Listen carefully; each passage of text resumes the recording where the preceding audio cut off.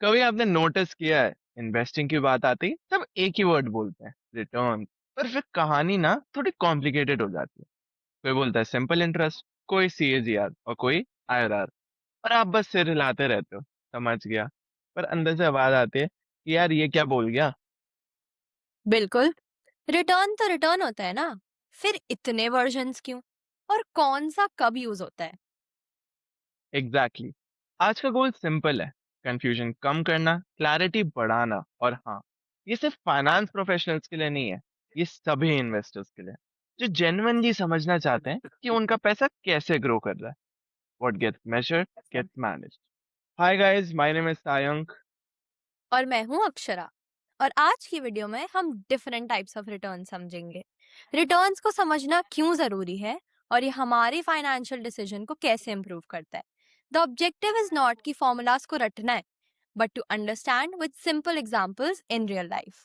Different types of returns पे जाने से पहले एक बेसिक सवाल, रिटर्न्स होते क्या हैं और जनरेट क्यों होते हैं। हाँ, क्योंकि ऑनेस्टली रिटर्न्स वर्ड थोड़ा इन्वेस्टिंग हैवी लगता है, पर रियल लाइफ में भी होता ही है। बिल्कुल, रिटर्न का मतलब है आप अपना डिसीजन पोस्टपोन करते हो तो उसका रिवॉर्ड मिलता है, या आप अपना डिसीजन प्रीपोन करते हो तो उसका कॉस्ट देते हो।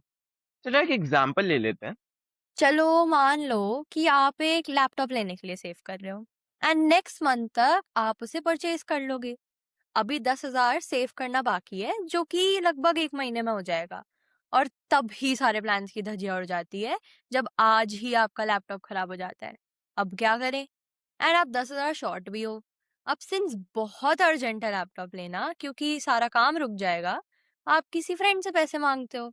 और अगर आप सिर्फ उसको बोलो कि मैं एक महीने में वापस कर दूंगा, वो सोचेगा कि मेरा पैसा एक महीने के लिए रुक जाएगा, मुझे क्या मिल रहा है। तो आप बोलते हो मैं 11,000 वापस करूंगा। अब यहाँ इंटरेस्टिंग चीज होती है। बोरोवर क्या कर रहा है, वो अपने डिसीजंस प्रीपोन कर रहा है। जो लैपटॉप वो एक महीने बाद लेने वाला था, वो आज ही लेना पड़ेगा उसे, नहीं तो सारा काम रुक जाएगा। उसको लैपटॉप अभी ही लेना पड़ रहा है, इसलिए अगले महीने वाला बाइंग डिसीजन आज ही प्रीपोन करना पड़ा। इसलिए वो 1000 एक्स्ट्रा देने को रेडी है। वो क्लैरिटी भी दे रहा है कि एक महीने बाद पूरा दे दूंगा, मतलब सर्टेनिटी भी खरीद रहा है। और लेंडर? लेंडर अपने डिसीजन पोस्टपोन कर रहा है। वो 10,000 कहीं और यूज कर सकता था, इसलिए वो 1000 एक्स्ट्रा ले रहा है, डिसीजन डिले करने के लिए, रिस्क लेने के लिए और अनसर्टेनिटी कंपनसेट करने के लिए। रिटर्न्स ना एक्चुअली रिस्क प्लस टाइम का कॉम्पनसेशन है। और ये जो सारे रिस्क या कंसिडरेशन है, इसकी वजह से बोरो करने पर जब रिटर्न जो देना पड़ता है उसे हम टाइम वैल्यू ऑफ मनी भी कहते हैं। जैसे टाइम की अपनी एक वैल्यू है, वैसे मनी की अलग अलग टाइम पर अपनी एक वैल्यू होती है। ये टाइम वैल्यू ऑफ मनी का कॉन्सेप्ट आगे बहुत ज्यादा काम आने वाला है। चलो अब एक छोटा सा मेंटल टेस्ट है। 1000 और 10,000 एक महीने में, दैट इज 10%। अगर ये रेट हम 12 महीने चलाएं तो सिंपल इंटरेस्ट टर्म्स में 120% एनुअली बनता है। मतलब अगर मैंने 10,000 पूरे साल के लिए लोन पे लिया होता, तो at the end of 1 year मैं 22,000 रीपे कर रहा होता, जिसमें 12,000 सिर्फ इंटरेस्ट का कंपोनेंट है। एग्जैक्टली। जब परसेंटेज को रुपी में कन्वर्ट करते हैं, तब इम्पैक्ट थोड़ा रियल लगता है। 10% मंथली या 120% ईयरली बहुत ज्यादा चुभता नहीं है। पर जैसे ही हम कहते हैं कि साल भर में 10,000 लोन पर 12,000 एक्स्ट्रा रिटर्न, यानी 22,000 लौटाना पड़ेगा, तब लगता है कि कितना बड़ा पहाड़ है। एग्जैक्टली इसलिए रिटर्न समझना जरूरी है, नहीं तो छोटे नंबर्स कंफर्टेबल लगते हैं और बड़ी इम्प्लीकेशंस अननोटिस्ड ही रह जाती हैं। अब हम आते हैं सिंपल इंटरेस्ट पे। सिंपल इंटरेस्ट का कॉन्सेप्ट ना बड़ा ही सिंपल है। इंटरेस्ट सिर्फ ओरिजिनल पैसे पे लगता है, इंटरेस्ट पे इंटरेस्ट नहीं लगता। ग्रोथ स्ट्रेट लाइन जैसी होती है, प्रिडिक्टेबल, जैसे कोई डिसिप्लिन्ड एम्प्लॉय जो ओवर टाइम नहीं करता। सेफ, सीधा, नो सरप्राइजेस। रियल इन्वेस्टिंग थोड़ा डिफरेंट होता है, लेकिन बस सिंपल इंटरेस्ट बेसिक्स क्लियर करता है। रेट ऑफ रिटर्न क्या करता है? बस ये देखता है कि शुरू में कितना था और एंड में कितना है। बस डिफरेंस परसेंटेज में बता देता है, पर ये टाइम इग्नोर करता है। अगर 50% मिला एक साल में या 10 साल में, सेम नंबर। इसलिए ये इनकम्प्लीट पिक्चर देता है। ये टाइम वैल्यू ऑफ मनी के कॉन्सेप्ट को पूरा इग्नोर करता है। नंबर सही होता है, बस कंटेक्स्ट मिसिंग होता है। तो टाइम वैल्यू ऑफ मनी किस में कंसिडर होता है? तो वो है कंपाउंडेड एनुअल ग्रोथ रेट, यानी सीएजीआर। सीएजीआर ना थोड़ा स्मार्टर है। ये टाइम कंसिडर करता है और ये अज्यूम करता है कि ग्रोथ स्मूथ थी। मतलब अगर ग्रोथ हर साल सेम होती तो एनुअल रेट क्या होता। पर इसकी ना कुछ अजम्पशंस है। पैसा एक ही बार इन्वेस्ट हुआ, लेकिन रियल लाइफ में क्या होता है? कभी एसआईपी, कभी टॉप अप और कभी विड्रॉल। लाइफ इरेगुलर है, इसलिए सीएजीआर हेल्पफुल है पर हर जगह परफेक्ट नहीं। अच्छा सैंक, मेरा एक क्वेश्चन है। अगर मान लो कि किसी कारण से 10K का प्रिंसिपल और 1000 एक महीने में लौटाना मुश्किल हो, कहने का मतलब कि अगर परचेज डिसीजन एक महीने के बजाय 2 महीने प्रीपोन हुआ होता और पैसे वापस करने में बोरोअर को 2 महीने लगते, तो ये सब कैसे कैलकुलेट होता? 11,000 दो पार्ट्स में दे दिए, जैसे पहले महीने 5500 और उसके अगले महीने 5500 इंस्टेड ऑफ एक बार 11,000। तो रिटर्न क्या अभी भी 10% होगा या कुछ और होगा?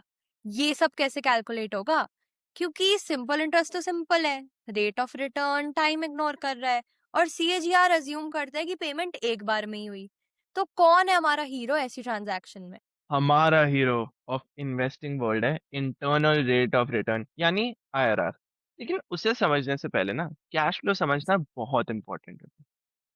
इन्वेस्टिंग में पैसा एक ही डायरेक्शन में नहीं चलता। कभी पैसा बाहर जाता है, कभी अंदर आता है। जब पैसा बाहर जाता है तो उसे हम कहते हैं कैश आउटफ्लो, और जब पैसा अंदर आता है हम उसे कहते हैं कैश इनफ्लो। और जब टाइमिंग डिफरेंट होती है, रिटर्न भी चेंज हो जाता है। यहीं से आईआरआर की जरूरत पड़ती है। अगर हमने 10,000 लिए और 11,000 को दो पार्ट्स में दिया, जैसे पहले महीने 5500 और उसके अगले महीने 5500, तो रिटर्न सेम कैसे होगा? टाइम वैल्यू ऑफ मनी के हिसाब से देखें तो टाइम डिफरेंट है, तो रिटर्न्स भी अलग होने चाहिए। बिल्कुल सही। रिटर्न सेम नहीं हो सकते, इसलिए आईआरआर काम आता है। आईआरआर का काम है डिफरेंट डेट्स पे जो पैसा आया गया, उसका एक्चुअल एनुअल रेट निकालना। आईआरआर इस चीज को बहुत ज्यादा इजी कर देता है। ये मेसी रियल लाइफ को हैंडल करता है। एसआईपी, रियल एस्टेट, बिजनेस, सब जगह आईआरआर बहुत यूजफुल है। आईआरआर को आप थोड़ा सा ना स्ट्रिक्ट अकाउंटेंट जैसे समझ सकते हो। वो सब डेट्स याद रखता है, इसलिए इसे कैलकुलेट करना में डिफिकल्ट है। तो हम एक्स आईआरआर के थ्रू उसे कैलकुलेट करें। चलो, हमने यहाँ पे गूगल शीट्स खोला हुआ है। आप कोई भी स्प्रेडशीट वाला डॉक्यूमेंट खोल सकते हो। अब हमने यहाँ पे फॉर एग्जाम्पल 1 जनवरी 2026 को 10,000 रुपीज का लोन दिया अपने फ्रेंड।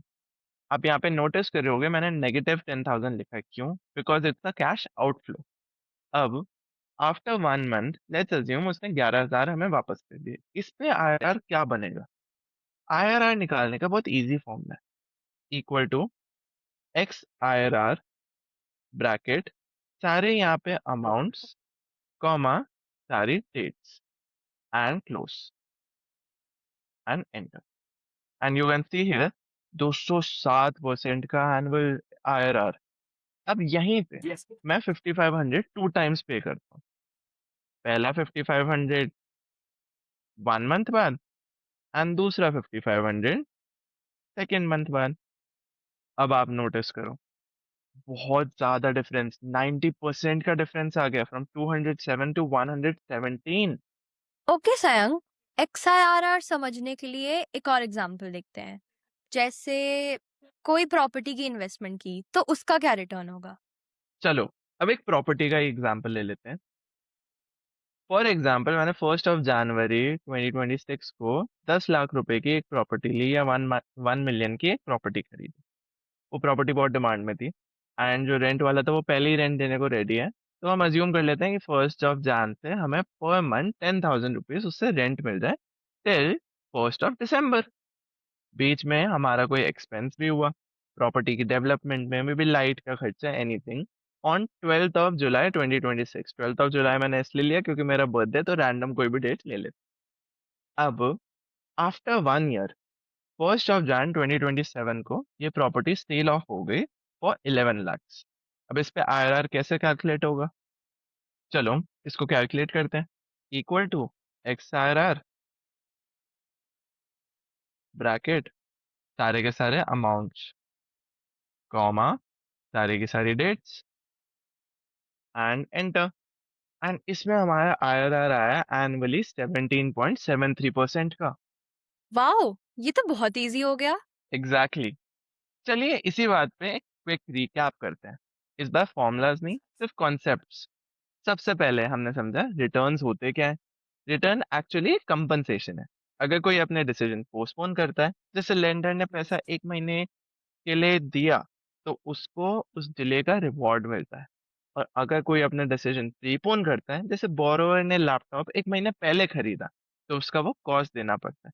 इसी आइडिया को हम फाइनेंस में टाइम वैल्यू ऑफ मनी भी बोलते हैं। फिर हमने देखा सिंपल इंटरेस्ट। ये सबसे बेसिक कॉन्सेप्ट है। इसमें इंटरेस्ट सिर्फ ओरिजिनल पैसे पे लगता है, इंटरेस्ट पे इंटरेस्ट नहीं लगता। इसलिए ग्रोथ सीधी लाइन जैसी होती है, सिंपल, प्रिडिक्टेबल और इजी टू कैलकुलेट। उसके बाद हमने बात की रेट ऑफ रिटर्न की। रेट ऑफ रिटर्न बस ये बताता है कि शुरू में कितना पैसा था और एंड में कितना हो गया। पर इसमें एक इम्पॉर्टेंट चीज मिसिंग होती है, वो है टाइम। अगर सेम रिटर्न 1 साल में मिले या 10 साल में मिले, रेट ऑफ रिटर्न दोनों को सेम ट्रीट करता है। इसलिए ये इनकम्प्लीट पिक्चर देता है। फिर आता है सीएजीआर। ये थोड़ा स्मार्टर मेट्रिक है। ये टाइम को भी कंसिडर करता है और ये भी बताता है कि अगर इन्वेस्टमेंट हर साल एक कांस्टेंट रेट से ग्रो होती तो वो एनुअल ग्रोथ कितनी होती। लेकिन सीएजीआर एक अजम्पशन करता है कि पैसा एक ही बार इन्वेस्ट हुआ और एक ही बार निकला। रियल लाइफ में तो इन्वेस्टमेंट्स इतने सिंपल होते ही नहीं है। बिल्कुल। रियल लाइफ में कैश फ्लोज इरेगुलर होते हैं। कभी पैसा इन्वेस्ट होता है, कभी और पैसा ऐड होता है, और कभी विड्रॉल होता है। यहीं पे आईआरआर आता है। आईआरआर का काम है अलग अलग डेट्स पर होने वाले सारे कैश फ्लोज को कंसिडर करके एक सिंगल एनुअल रेट निकालना। इसलिए आईआरआर रियल लाइफ इन्वेस्टमेंट्स में बहुत यूजफुल होता है। और जब कैश फ्लोज इरेगुलर डेट्स पर होते हैं, जैसे रेंट हर महीने आ रहा हो, मेंटेनेंस कभी भी हो सकता हो और प्रॉपर्टी सेल एंड में हो, तो वहां XIRR का यूज होता है। एक्सेल में XIRR फंक्शन ऐसे कॉम्प्लेक्स कैश फ्लोज को इजीली कैलकुलेट कर देता है। तो आज का बिगेस्ट टेक अवे ये है, हर सिचुएशन में एक ही रिटर्न मेट्रिक काम नहीं आता। कभी सिंपल इंटरेस्ट यूजफुल है, कभी रेट ऑफ रिटर्न, कभी सीएजीआर, और जब कैश फ्लोस कॉम्प्लिकेटेड हो जाते हैं तब आईआरआर और एक्सआईआरआर का रोल आता है। और सबसे इम्पोर्टेंट बात, नंबर्स को ब्लाइंडली देखना नहीं है, उनके पीछे का कंटेक्स्ट समझना है। एग्जैक्टली। रिटर्न्स को समझना सिर्फ मैथ्स नहीं है, ये एक्चुअल फाइनेंशियल डिसीजन मेकिंग का टूल है। मेट्रिक सही हो तो डिसीजन सही होता है। और गलत मेट्रिक गलत कॉन्फिडेंस देता है। फॉर्मूला याद रखना ऑप्शनल है, कॉन्सेप्ट समझना मैंडेटरी है। और जब कॉन्सेप्ट क्लियर हो तो कोई भी नंबर सुन के आप इम्प्रेस नहीं होंगे, आप इवैल्यूएट करेंगे। रिटर्न समझना जरूरी है, पर उन्हें सही तरीके से समझना और भी ज्यादा। Thank you.